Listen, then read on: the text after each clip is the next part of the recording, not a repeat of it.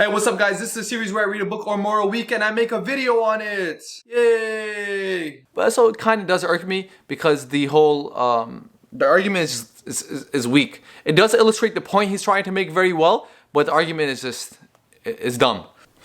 So the book I'm going to be doing today is called The Black Swan. What is a black swan? Well, basically for a long time people in Europe thought there were only such things as white swans. And when they went to Australia, they ended up seeing a lot of black swans. And then they realized swans are not essentially white.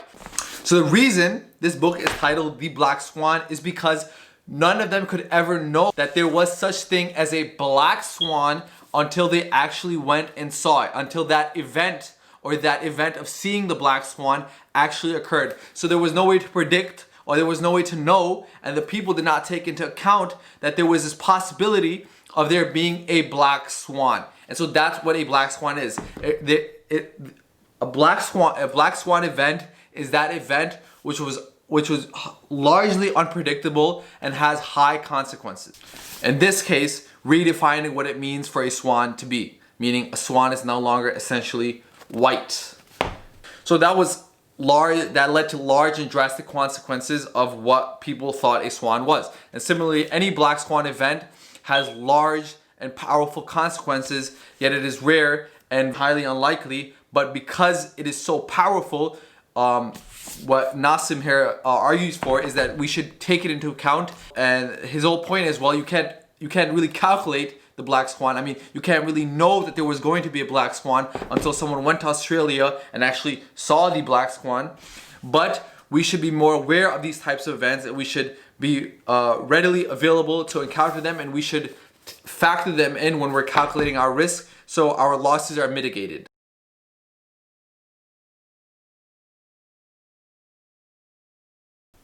So Nassim was originally a trader by profession. He went to the Wharton School, he did a lot of trading, really into finance. I don't know much about finance, but he did a lot of that.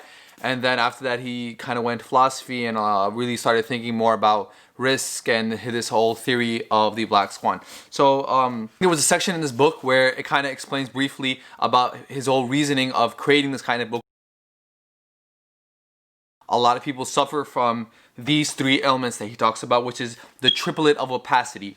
And he explains, number one is the illusion of understanding, or how everyone thinks he knows what is going on in a world that is more complicated or more random than they realize. Meaning people think they know things, but they really don't. They think it's calculated, they think it's predictable, but it's really not. So that's number one. Number two is something he calls the retrospective distortion. Retrospective meaning after the fact. Or how we can assess matters only after the fact. Okay, he said it right there. As if they were in a rear view mirror, history seems clearer and more organized in history books than in empirical reality. What does he mean by this? Basically, he's saying is that when an event happens, it seems so logical. Retrospectively, it seemed like there were so many events and so many factors leading up to this, but before it happened, no one could actually take into account that these were all the effects. So when we look at it retrospectively, like after it happened, then we kind of feel like, oh, there were these causes, there were these, it was predictable, all this and that. But his point is, no, you're creating causes for this event after it happened, right? When it was actually crazy random in the sense that it's not realistically calculatable. So for example, the 9/11 attack, right? So the 9/11 attack was super random before, right? It was so out of the place. No one thought it was going to happen. It was so unpredictable. But now after, people have assigned causes, people have said it was able to be predicted, so on and so forth. Anyways, I think you guys kind of get the point. That's number one, that's number two. So number one was the illusion of understanding. Number two is the retrospective distortion. And number three is the evaluation of factual information and the handicap of authoritative and learned people, particularly when they create categories when they're platonic. Basically what he's saying here is that we put factual information, not real knowledge, like factual information and statistics on way too high of a pedestal. And because we have so much data and so much information now, we think we're better able to predict the future. Rather, no, it just makes us worse, and it just shows how much more random things really are. And he said especially when they create categories. When people create categories, when they do something he likes to call platonification, when they platonify. And what is platonification? It's when you create tight systems and tight categories for things that don't really have tight systems or nor tight categories, because we as humans like to categorize things, like to put things into order, and like to make things seem more certain and more predictable than they actually are.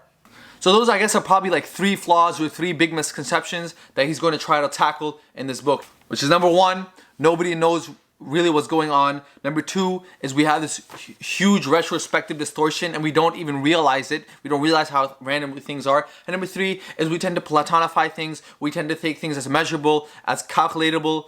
We tend to think things are precisely predictable when in reality they really aren't. Another thing the book was heavily based on was his categorization of events into 2 separate categories. Those that are from this those that are from this type he calls mediocristan, and the other type which he calls extremistan. So those events that are in mediocristan do not have a lot of variability and they aren't really susceptible to things like the black swan. But those events in the extremistan have huge, crazy amounts of variety, and they scale very quickly, and I'll talk about what that means in 1 second. And also they're very, very susceptible to events like the black swan. So for example, one event that is from mediocristan is height, right? Height varies, but it's always within a certain range. You're never going to expect someone to be 15 feet tall, right? That would be abnormal. That would be crazy. Would you even call that kind of person a human anymore? But so that height would not apply in extremistan. But things like income differences can happen. There's a lot of variability, but then someone like Jeff Bezos is crazy high, right? He drastically affects the scale. You can apply the 80-20 rule kind of there, right? He has the majority of the profits even though he's part of the minority. He gives some examples here: mediocristan, height, weight, calorie, income for a baker, small restaurant owner, a prostitute, orthodontist, even gambling, even rolling dice. These kinds of events are more from mediocristan, because even though they're random, gambling profits, whatever, they're still predictable. They're still within a certain range. They can't vary crazy. They don't have that possibility, or maybe super rare. Right? Or even they won't have the possibility. Even, let's say, gambling profits, even if that rare event occurs where a gambler earns a crazy amount of money, it won't deviate from the average that much. As opposed to something like income, where a deviation from the normal in income can crazily affect the average. So things that are from like extremistan, wealth, income, population of cities, because when a city grows, it grows exponentially because more and more people will flock to that city. Number of references in Google, damage caused by earthquakes. So these are all things from the extremistan category. So his whole point is that a lot of times we tend to take risky things into account while acting like they're events that are from mediocristan. Rather, these events the events that we should be taking into account, those risky events, are from extremistan, and we should be aware of them and we should factor them in when we're calculating our risk.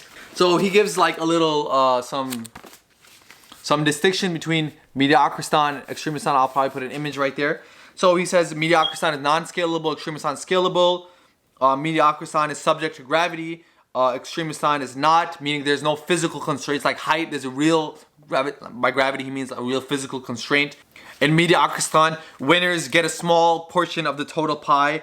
In extremistan, there's a winner gets all effect. In mediocristan, there's little random events that will alter history, right? History will crawl forward. In extremistan, there are major unpredictable events where history will jump forward or it'll jump in a different direction, right? Like the stock market crash, like the Great Depression, like the 2 world wars, like Hitler taking control. I guess that's one of the world wars. Like 9/11, like all these things where history literally alters and it jumps forward because of these kinds of events. Whereas in mediocristan, you may have random events, but they're still within that deviation. It won't cause history to jump forward. In mediocristan, the most typical member of that kind of event is either is mediocre, is in the average range. In extremistan, the regular Joe is either a huge giant or a very small dwarf. And one very important thing is that in Extremistan, things are very hard to predict based on past information, right? Like we talked about the whole idea of a black swan. It was very hard to predict that there was going to be a black swan based on all that past information of all the white swans we used to have. But in Mediocristan, they're very highly predictable. So he gives this example of a turkey. So a turkey goes on, it lives its day, it's getting fed year after year after year for almost, let's say, 1,000 days, right? 1,000 days, it's being fed, it's eating, and so that's its normal routine in life, right? But on the 1,001st day, Thanksgiving, bang, right? Turkey is out, like cold, right?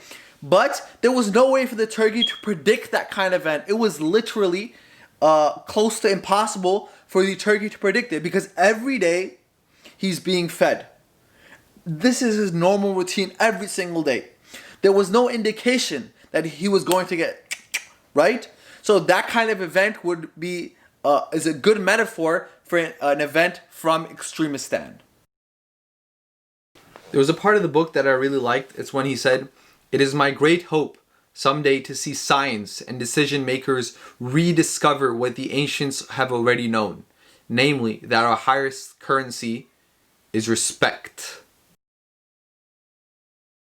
So another thing he talks about is our propensity to over-theorize, right? And so if you look at the screen right now, just read through this really quickly. And what did you miss? Well, usually, and I missed this a long time ago, most of us have probably seen this before, you usually miss that the word "the" is written twice. And why do you do that? Well, because your brain has a natural propensity to make sense of the information at hand and just try to coherently put pieces together. And so his point is, one of the points he's trying to make in this book is that we are so quick to over-theorize, and so we are so quick to put pieces of the puzzle together when they don't really fit. When the reality is, it's not really like that. It's just like how you probably read this without reading the word "the" twice because it just made so much more sense. But the fact of the matter is, no, there were two "thes" and that sentence was wrong. So he calls this over-theorizing and this whole putting a story together when there really isn't one, the narrative fallacy. He calls it the narrative fallacy. And he also explains how the narrative fallacy isn't real necessarily a bad thing because this helps us remember things. When we have a story put in logical order, when it's put nicely together, it's really easy for us to remember those packets of information rather than random facts. There's this really beautiful analogy that he gives of a man who has a library and he has around 30,000 books in them. And basically half those books are read and half those books, let's just say, aren't read. And the power is in those books that aren't read. That's where the knowledge really, really lies, right? The books that you haven't read are those that are more interesting to you, are more beneficial to you because you haven't really read them. So he talks about those books as being something we call silent evidence because they could be evidence of something happening. They could be evidence that led to some cause. He calls those books the unknown unknown. The books where we don't even know what we don't know, right? And that's just beautiful. That really comes back to this whole idea of the more you know, the more you realize how little you really know because you just realize how much of the unknown there is. But basically, back to the whole topic of risk and probability, another point that he makes in this book is that we oftentimes have a lot of silent evidence and we have a lot of unknown, and we don't really know the causes for something, right? Sometimes there is an effect happens, but we don't really know the cause. And oftentimes we attribute causes based on the ones that we know, but there could have been the real cause that we don't even know about and we haven't taken into account. And I like to point out, as he pointed out in his book, that he's not really, let me just read it. Once again, I am not dismissing the idea of risk-taking, having been involved in it myself because he was a trader. I am only critical of the encouragement of uninformed risk-taking.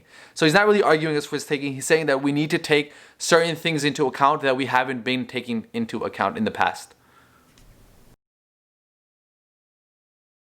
So Casanova was this man who had a really great life, mainly because of luck and because he was in certain places at certain times, on and on. A lot of it was luck. But he thought that it was a majority of it was because of his own skill and his own expertise or his own intellect. And so he wrote a book it was a fluke. He wasn't really what he thought he was. So Nassim over here takes a little slight jab at those who believe based on this whole idea of this man named Casanova.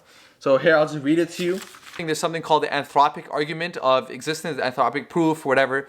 And basically, anthropic proof, basically, you'll read it right here. Consider our own fates. Some people reason that the odds of any of us being in existence are so low that our being here can be attributed to an accident of fate. Think of the odds of the parameters being exactly where they need to be to induce our existence.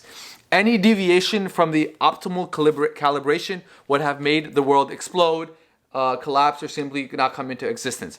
So that's the anthropic argument. It basically says that because everything is so finely and beautifully tuned for us humans to exist, then that's just more of a proof or a supporting argument, a supporting evidence that there is a God.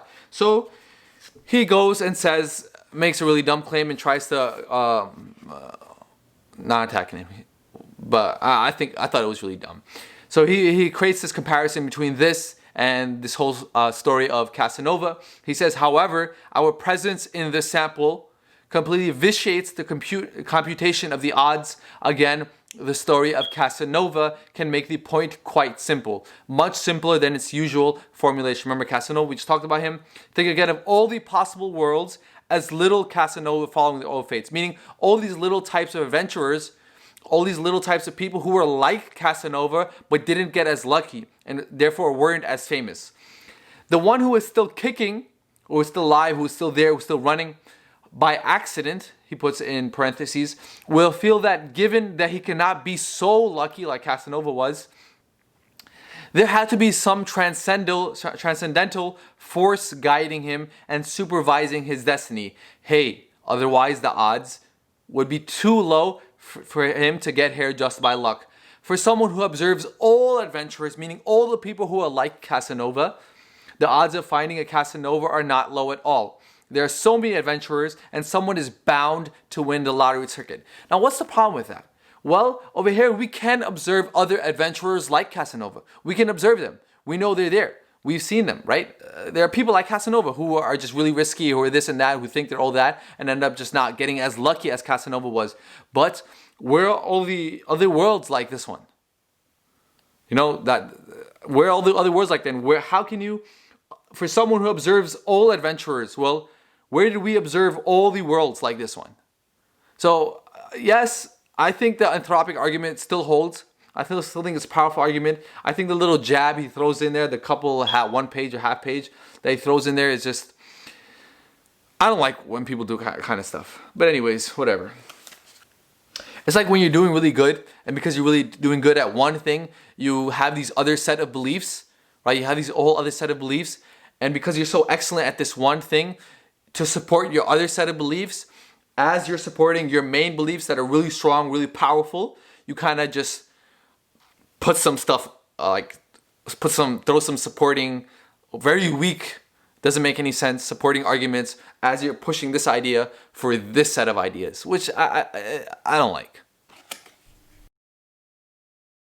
He also talks about epistemic arrogance, which he defines as the difference between what a person knows and what a person thinks they know. So what a person actually really knows and what a person thinks they know.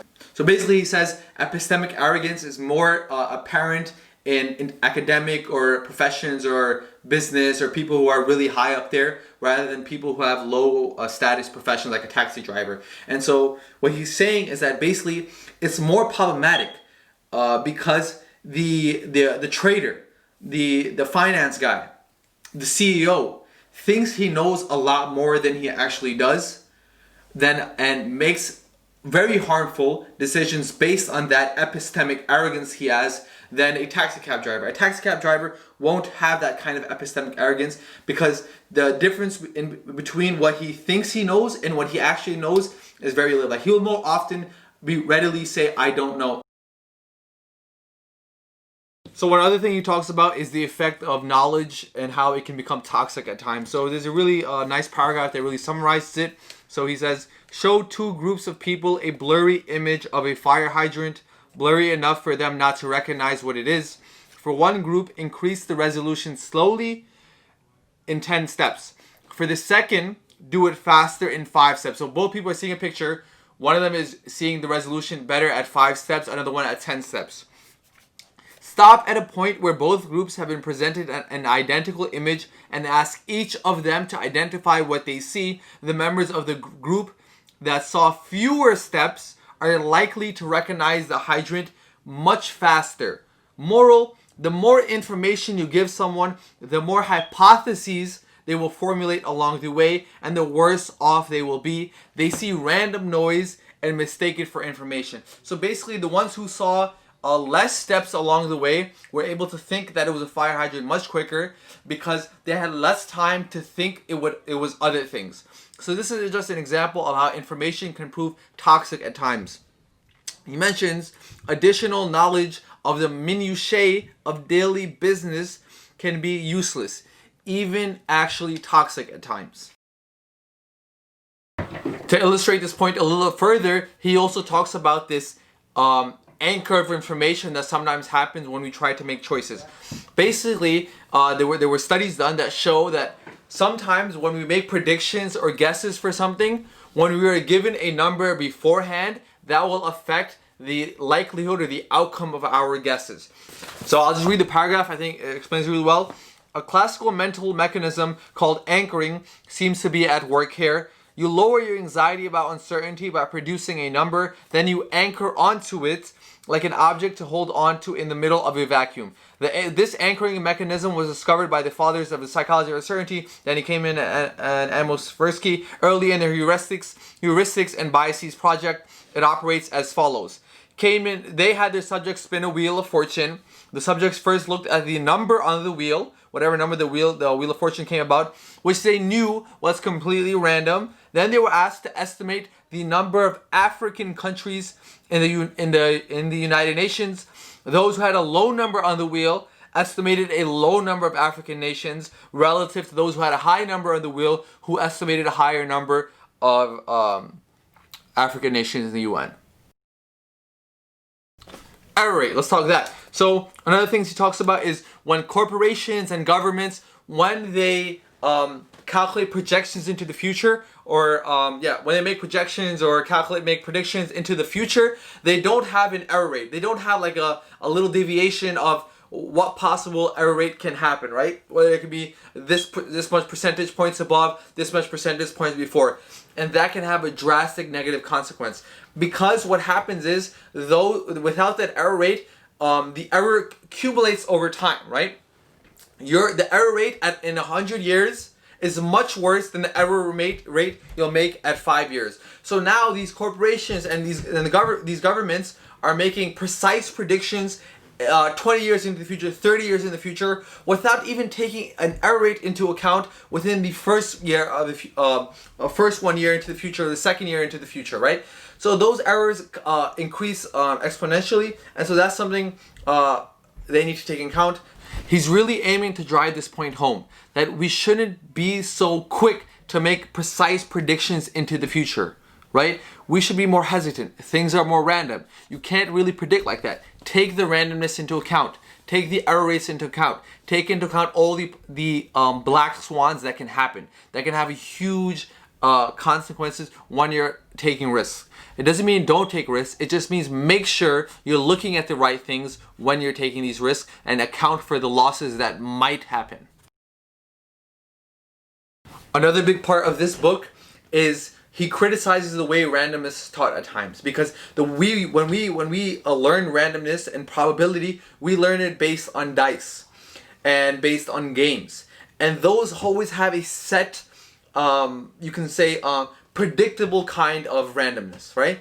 I don't know if that makes sense, but basically, you know, a dice will always be 1 out of 6, and you know what's going to happen here and there, here and there. But things like we talked about, like the black swan, you could never predict that a black swan was going to show up. You could never predict the financial crisis. No one ever expected Hitler to come about and start the World War, right?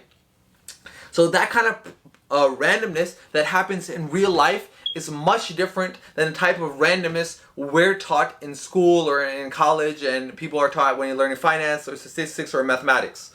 And he basically says that, look, maybe at some level you can calculate these events, right? You can calculate that the financial crisis was going to happen, or the Great Depression, or all the examples I just gave.